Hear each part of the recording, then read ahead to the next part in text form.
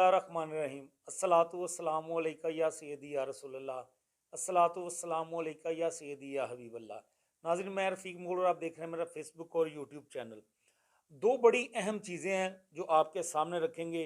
एक तो आज पाकिस्तान तहरीक इंसाफ के चेयरमैन इमरान खान साहब, साबिक वज़ीर आज़म ने साबिक आर्मी चीफ जनरल कमर जवेद बाजवा की पॉलिसीज़ का पोस्टमार्टम किया है और खूब किया है। ये चंद चीज़ें आपके सामने रखते हैं और इससे एक और बड़ी अहम डेवलपमेंट जो है वो सामने आ रही है।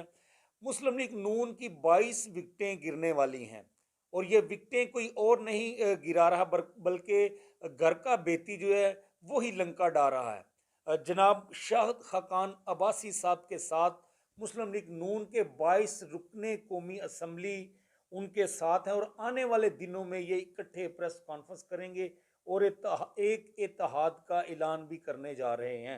ये आपको तफसील से बताएंगे।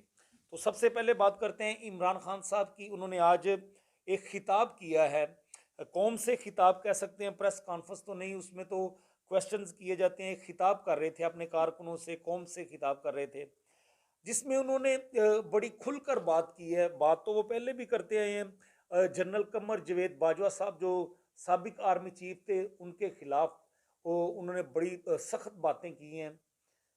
उसमें उन्होंने एक हवाला दिया है, जवेद चौधरी साहब ने कॉलम लिखा है, उनसे मुलाकात की, उसके बाद कॉलम लिखा जो बड़ा डिस्कस हो रहा है, पूरी दुनिया में डिस्कस हो रहा है। उस पर उन्होंने बात की है कि कमर जवेद बाजवा साहब जो थे उनके पास इतनी पावर थी और एक आदमी को इतनी पावर दे देना ये सिस्टम को यरगमाल बनाने के ही मुतरादिफ है। उनका कि वो अक्ले कुल इंसान थे, उन्होंने अपने आप को समझ लिया था कि वो अक्ले कुल हैं। फॉरेन पॉलिसी के भी एक्सपर्ट जो हैं वो जनाब बाजवा साहब हैं। इसके अलावा मौशत के एक्सपर्ट जो हैं वो भी बाजवा साहब हैं। लॉ और कानून के एक्सपर्ट जो हैं वो भी बाजवा साहब हैं।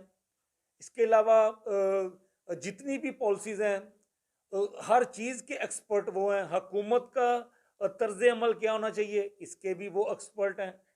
अकाउंटेबिलिटी की बात की थी उन्होंने, एहतसाब की, कि एहतसाब के निज़ाम के भी वही एक्सपर्ट हैं। और आज उन्होंने खुलकर बात की कि पूरे निज़ाम को जनरल कमर जवेद बाजवा साहब ने यरगमाल बना के रखा था। फैसले वही कर रहे थे, हमें तो बस एक निशाने पे रखा था। जो फैसले दुरुस्त हो जाते थे उसका वो क्रेडिट ले लेते थे, जिन फैसलों में नाकामी होती थी वो इमरान खान के ऊपर डाल दिए जाते थे। और यही पॉलिसीज जो हैं वो उन्होंने अपनाई हुई थी और इन पॉलिसीज का उन्होंने बाकायदा एतराफ़ भी कर लिया है जवेद चौधरी साहब के सामने, जिस पर उन्होंने कॉलम लिखा है। कॉलम में बहुत सारी ऐसी चीज़ें हैं। इमरान खान साहब भी ये बता रहे थे कि उन्होंने एतराफ़ कर लिया है कि ये रजीम चेंज ऑपरेशन जो हुआ था इसमें कलीदी किरदार जो है वो जनरल कमर जवेद बाजवा साहब का था, उन्होंने अहम रोल अदा किया है। इसके बाद शहबाज शरीफ और दीगर जितने भी सियासी रहनुमा उनके नाम लिए, लेकिन स्पेशली इनका नाम लिया है। फिर उन्होंने कहा कि ये मुझे कहते थे, बल्कि जवेद चौधरी साहब को भी ये बता रहे हैं कॉलम में, कि अमेरिका जो है वो इमरान खान साहब से नाराज़ है। अमेरिका बहुत नाराज़ है, मुल्क को इसलिए ज़्यादा नुकसान हो रहा है। हमारी इकॉनमी जो है वो ग्रो नहीं कर रही, इकॉनमी हमारी जो है वो सही सिमत पर नहीं चल रही, डॉलर हमारा जो है वो बेकाबू है। इस तरह के मुख्तलिफ चीज़ें जो हैं वो बता रहे थे। इस पर इमरान खान साहब ने फिर खुलकर बात की आज। उन्होंने बताया कि किस तरह हमने जब एहतसाब का निज़ाम को बेहतर करने की कोशिश की, चोरों का, डाकुओं का एहतसाब करने की कोशिश की, तो हमारे हाथ बांध दिए गए। जनरल कमर जवेद बाजवा साहब नाराज़ हो गए कि इनका एहतसाब नहीं करना।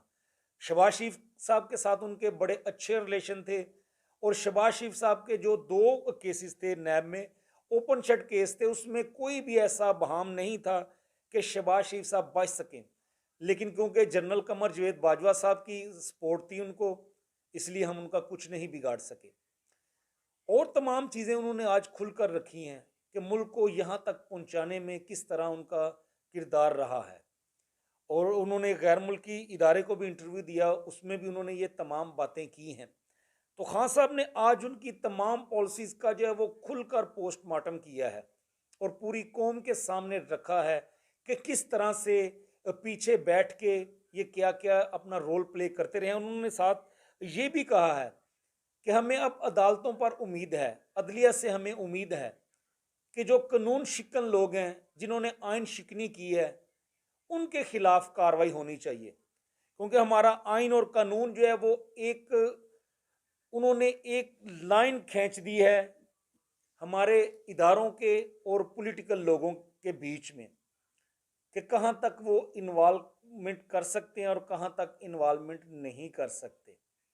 तो हुकूमत गिराने का बहुत बड़ा उनका एतराफ़ है, जो कॉलम में जावेद चौधरी साहब ने लिखा है और इमरान खान साहब ने आज पूरी कौम के सामने रखा है। तो उन्होंने ये कहा है कि ये इनको कानून के शिकंजे में लाना चाहिए, कानून के कटहरे में लाना चाहिए, क्योंकि वो मुआशरे नहीं चल सकते जहाँ पर आइन और कानून की बालादस्ती ना हो। जो इंसाफ पर मुआशरे कायम ना किए जाएं, वो मुआशरे आगे नहीं बढ़ सकते। उन्होंने मिसालें रखी दो तीन कि आप दुनिया की तारीख उठा के देख लें, उन कौमों ने कभी तरक्की नहीं की जहाँ पर ला कानूनियत है। हमेशा उन लोगों ने तरक्की की है, उन मुल्कों में खुशहाली आई है जहाँ पर आइन और कानून की पासदारी होती है और इंसाफ का बोलबाला होता है। तो इस तरह की चीज़ें उन्होंने रखी और उन्होंने अपनी पूरी कौम को भी ये कहा है।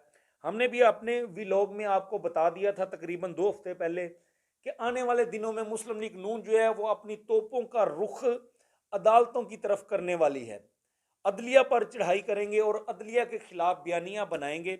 और आज खान साहब ने भी वो खुलकर बात कह दी है कि ये अब अदलिया के खिलाफ जाने वाले हैं और अदलिया के खिलाफ बयानबाजी करेंगे। और मैं पूरी कौम से कहता हूँ, अपनी तहरीक इंसाफ के कारकुनों से कहता हूँ कि हमने अदलिया के साथ खड़े होना है और अदलिया के साथ खड़े होने का वक्त आन पहुंचा है। तो जनाब, ये चीदा चीदा चीज़ें थी जो इमरान खान साहब ने कही। और एक बड़ी खबर है जो आपके सामने रखने वाले हैं कि मुस्लिम लीग नून के अंदर से इस लेवल की बगावत हो चुकी है कि जो शायद मुस्लिम लीग नून चंद हफ्ते पहले भी तसव्वुर नहीं कर सकती थी। और वो बगावत करने वाले कोई और नहीं है, वो शाहिद खाकान अब्बासी साहब है। साबिक वजीर आजम रहे हैं, मुस्लिम लीग नून के सीनियर रहनुमा हैं, 3 दहाइयों से जायद का उन्हें वक्त हो चुका है मुस्लिम लीग नून के साथ हैं वो। लेकिन उन्होंने वही बयानिया अपनाया जो आज से 5 साल पहले जनाब चौधरी निसार साहब ने बयानिया अपनाया था, जो मौक़िफ़ अपनाया था कि हम एक सियासी पॉलिटिकल पार्टी हैं और चलते आ रहे हैं, कई दहाइयों से चलते आ रहे हैं, लेकिन ये कोई विरासत नहीं है किसी की कि एक अगर हम नवाज शरीफ साहब के साथ चल रहे हैं कि तो उसके बाद उनके बच्चों के साथ भी हम चलें। और चौधरी निसार साहब ने भी यही कहा था कि मरियम नवाज मेरी लीडर नहीं है, वो बच्चे हैं, तो बच्चों की क़यादत में हम नहीं चल सकते। तो यकीनी बात है, जिन लोगों के ज़मीर ज़िंदा होते हैं, जो अपनी ज़मीर की आवाज़ पर लब्बैक कहते हैं, तो वो फिर फैसले भी अपनी सियासी हिकमत अमली से करते हैं, अपनी अकल से फैसले करते हैं। और वही फैसले करते हैं जो मुआशरे में जिनको पजीराई मिलती है। और शाहिद खाकान अब्बासी साहब ने भी यही फैसला किया और उन्हें बमांगे दोहल कहा है कि मैं मरियम नवाज़ जो है वो मेरी कभी भी लीडर नहीं हो सकती। लीडर मेरे नवाज शरीफ हैं और शहबाज शरीफ साहब जो हैं वो सदर हैं पार्टी के।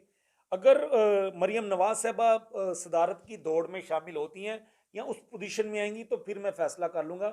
मैं लीडर नहीं मानता मरियम नवाज को। इसके बाद मुस्लिम लीग नून के 22 कौमी असम्बली के रुकन हैं, उनके एमएनए हैं और कुछ एक्स एमएनएज भी उनके मुस्लिम लीग नून के।